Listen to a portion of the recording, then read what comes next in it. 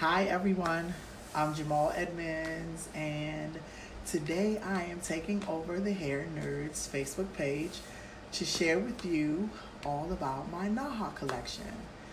So I'm hoping that all of the viewers that are here know what NAHA is, and if you don't, NAHA is the North American Hairstylist Awards, and it is it is a very prestigious awards ceremony for hairstylists where we can get recognized, and it's kind of set up into categories. So texture, hair color, hair cutting, styling, avant-garde. So all of these different categories that you actually have that you can kind of submit your work to. So basically people from all over submit their works into these categories, and you are chosen as a finalist if, well, they choose finalists obviously, and then we go to see who's the winner. So the NAHA Awards ceremony normally takes place in Vegas. So this year it'll be in Las Vegas, and it is on Saturday the 29th of this month. So just a little bit about me. I am a texture category finalist, which I'm super excited. My name is Jamal Edmonds. I am a salon owner and a two-time salon owner, and I'm from Maryland. I also work for Mazzani, which is under L'Oreal. So I'm super excited because, of course, this is my first nomination for NAHA, and I can't wait to see who wins. You know, every year, as a kid or growing up in the industry, I've always looked at the NAHA Awards, and I've always been really excited about one day being nominated. And you know, so many people that came before me that I looked up to, that, you know, I just couldn't even imagine being put in the category with these great artists. But this year, I'm so excited that, you know, I'm a finalist. So I'm gonna talk to you a little bit about my collection. My collection in texture, of course, was it was about texture. And working for a brand like Mazzani, you know, everything is about texture. We love texture. We love adding texture, or we remove texture with relaxers or texturizers and that type of thing. So it was very important to me to not only enter the category, but to create something that the brand would be proud of and something that I would be proud of. And so the funny thing about this collection is I entered the awards maybe about 3 years ago. And this was actually, no, 4. So this is my 4th time entering. And what's weird is, like I said, I entered 4 years ago. And this post, I'm sorry, not this post. This collection was a collection that I entered 3 years ago. And I entered it, and it was like sepia models or sepia girls. They were done in that very earth tone shade, and their hair, the color of their hair was, to me, you know, it was my 2nd time entering, so I thought I knew, you know, kind of what I wanted to do. But one of the hair colors were, so the color story, let me explain it to you. So it was like a blonde, it was like a copper, and then it was a red, but the red was like a fashion red. So to me, I didn't really think that, you know, the red went. And after I created the collection, the red was just so bold, and the other colors were more muted, or more earth tones. So it didn't really, to me, it really didn't go. And so when I submitted, you know, of course I submitted it. It was my 1st time, 2nd time entering NAHA, and I submitted it, and I didn't get nominated. And so I thought this year, you know, let me revisit this collection. Let me play around with how it would look in different, maybe black and white, maybe different angles and that type. And I resubmitted, and why? I resubmitted, and it was chosen. I was chosen as a finalist. So I'm super excited, and it was inspired by a trip that I took to Paris. And so growing up, I wanted to be an architect, and it's funny because, like, you know, who would have known that I would have ended up being a hairdresser, but it's kind of like we're still building things, we still create shapes, and so it's kind of almost the same, not really, but almost. And so when I went to Paris, I was so intrigued, and I was so intrigued by just the beauty of, like, the buildings and the murals that were painted on the ceilings. I went to the Louvre, the museum there, and I was like so excited. Ooh, I think I should call this collection the song that off of Jay-Z and Beyonce's new CD. Because I actually went to the same museum, and I was so inspired by just the, you know, the sculptures, the paintings, everything, you know, like it was just a beautiful, beautiful place. And when I would go and get inspiration, and that's kind of how I came up with my texture story. And so I have to give a shout out to my BFF and hair homie Evie, because we do a lot of the research together. We go on trips once a year to typically map out what our plan is going to be. And this particular time we went, and we was just taking it all in. So I had so many pictures, you know, just from the trip. And, you know, I kind of processed everything, and then I tried to figure it out. So basically what I came up with is that I wanted the models to look like mannequins. So I wanted them to be bald, completely bald, and then I wanted to attach the hair on top of the bald, like whatever, however I would create these bald heads. So that was the struggle, to be honest. Like, how can I actually make these models look bald? And again, that was like the biggest thing. And so for me, again, I wanted them to look like sepia models. I wanted the clothing to be very, very muted. I wanted it to actually match their skin. I didn't want any facial hair. Well, eyebrows. I shouldn't say facial hair, but I didn't want any eyebrows. I wanted their faces to almost look like a blank palette. And so I thought to myself, well, how would I make this happen? So I started doing research on bald caps. And it's funny because I always tell people to be open-minded, because you never know what's going to happen. I did all of this research on bald caps, but then when I went, it was like the models had hair down to their butt. So how was I going to put a bald cap on a model with 20 inches of hair? So that was another story, but we'll talk about that a little later. So for me, it was like, okay, how do I figure this out? So basically, I wanted them to be bald. I wanted the clothing to be the same color as the skin, or everything to be kind of monotone. I also wanted, you know, for the hair to be the focus. So basically what I did was I created the ball caps. Used the ball caps, and the makeup artist actually kind of melted the ball caps onto the skin using like Elmer's glue, which is crazy, the stick Elmer's glue. And shout out to Leilani Cooper, who was the makeup artist. She's amazing. So we put the ball caps on, put the hair on top of the ball caps, and then I created my shapes. So she melted like the ball caps around the hairline with glue and a blow dryer. And then she actually took foundation, put it on the ball cap, put it on her face, made sure everything matched. And then that's when I built my creation on top.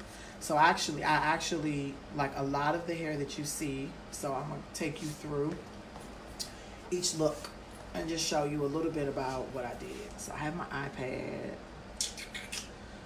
and I took some pictures so you guys could see the actual collection. All right, so this is the first girl. And basically what I did was, sorry. Okay. All right, we're back. So this is the first girl, and this was actually the first girl that I actually created on set. So as you can see, she's super bald on the side, and then she has a ton of textured hair that kind of goes up in the front and down in the back. So basically what I did was after the ball cap was put on and we kind of made that kind of secure the ball cap, then I actually glued wefts to the actual ball cap. And then after so the hair was prepped before we got there. So I crimped it with a mini crimper and a large crimping iron because I wanted to add some dimension into the texture. And then it was colored also. So what I did was I glued it to the ball cap, and then I kind of used hairspray. It's a bunch of stuffing, as you would say, underneath it, and stuffing or cushioning, which is underneath it. And then I kind of molded the hair on top and used hairspray to kind of keep it in place. So that's the first look. And the second look, this was the most difficult one because I could not get it shaped the way that I wanted it to.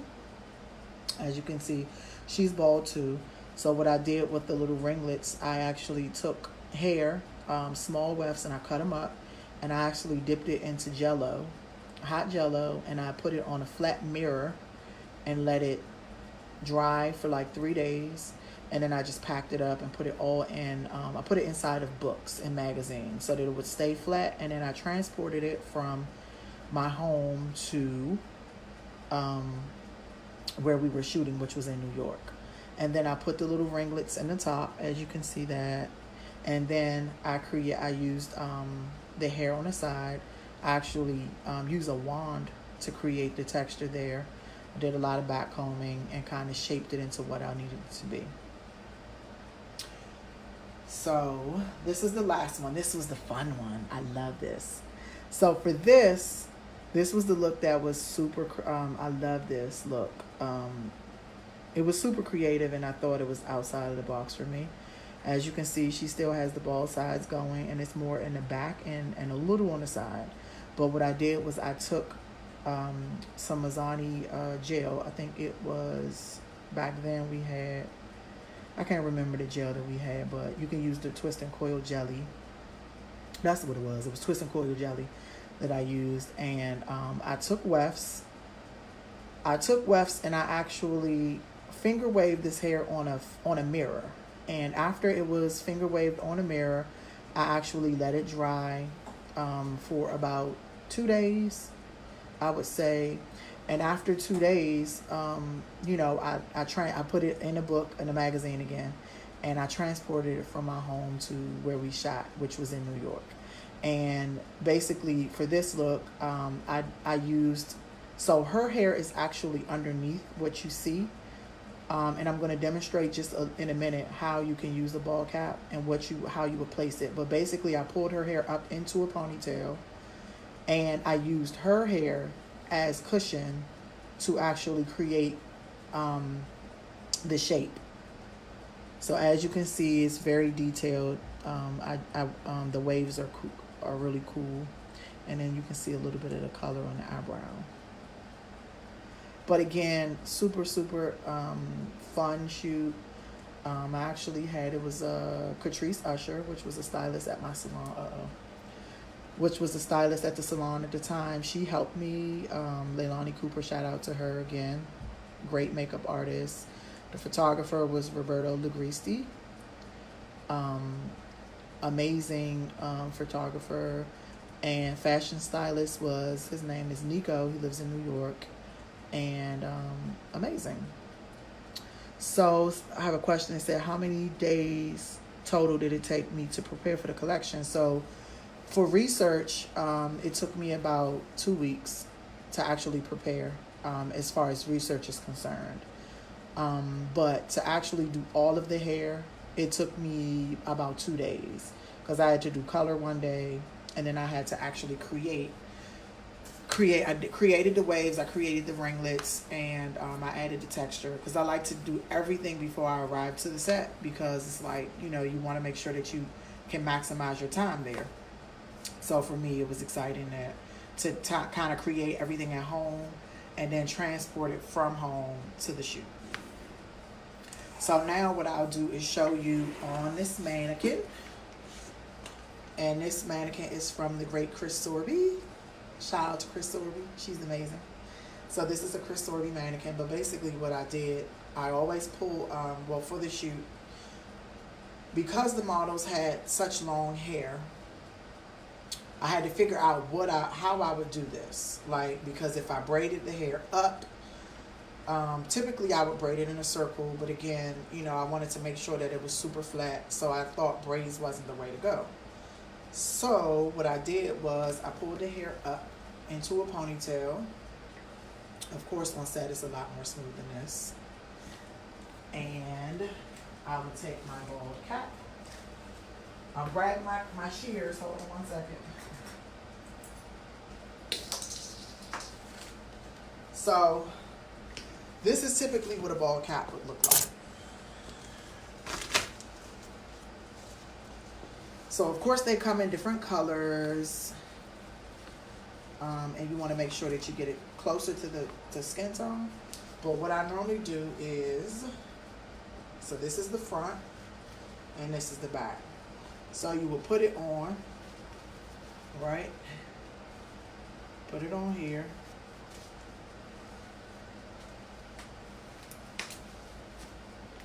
Make sure that it fits the right way. And make sure that the hair is completely under. So as you can see, I put it here. And then what I would do is take and cut it.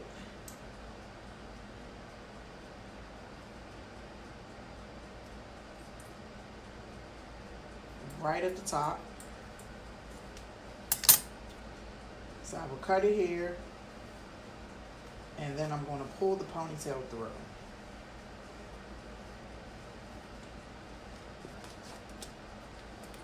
So then you want to make sure that you have enough room that it's overlapping the hairline. So then, after you have it on, this is your hair that you would use to create whatever shape that you need. So let's say you wanted to go somewhere in the front. You want to create your cushion. You back comb, do whatever you need to do. You use your pins, and then you create your shape, right? After you figured out where you create your shape, you just kind of put a pin and hold it there. If you guys can see that. So then you take your spirit gum, which is, take your spirit gum, which you can find from like your wig making stores. You would take your spirit gum and put it right around the hairline, and then you would cut it as close to the hairline as you could. After it's set, you want to hold a blow dryer to it, a cool blow dryer, to make sure that it's cool and everything is in place. And after that, you would get your makeup artist to come in and kind of melt it to the skin. So what melting it means is that she would take her blow dryer. So she took Elmer's glue and she put it all the way around the hairline and kind of smoothed it to make it look like it's actually a part of her skin. And then she held the blow dryer to it to dry it, and it kind of melted it down. And then she would put foundation over it so you couldn't really see it. She also did that with the brows as well. So again, this is a cool technique or a cool way when you're creating a collection to actually use a bald cap and then create your shape. So again, like I think for the finger waves, we went forward. So I over directed everything to the top or to the front, and then I used bobby pins to kind of secure it. But then I put some extra cushion here. And then I just kind of placed the waves on it and pinned them in the way that I needed them. So that was pretty much that. So if anyone is watching that has any questions about anything before I log off, let me know. Again, I'm super, super excited to be nominated for NAHA. Like, this is one of my lifetime dreams. So I'm excited to see who's going to bring home the prize. And I hope it'll be me, because I'm going to have I'll have bragging rights for the rest of my life. I mean, I'm already excited about being nominated, but you know, if I actually won the awards, now I mean won the award, that would be super exciting. So, any questions? No. Okay. Well, again, thank you. Thanks for allowing me to share. Hair Nerds, this was amazing. Thanks for allowing me to share on your platform, and make sure you guys tune in or check out NAHA. It's in Vegas the 29th of July. It's on a Sunday night, and I'll be there repping my brand Mazani to see if we're gonna bring the prize home for Texture.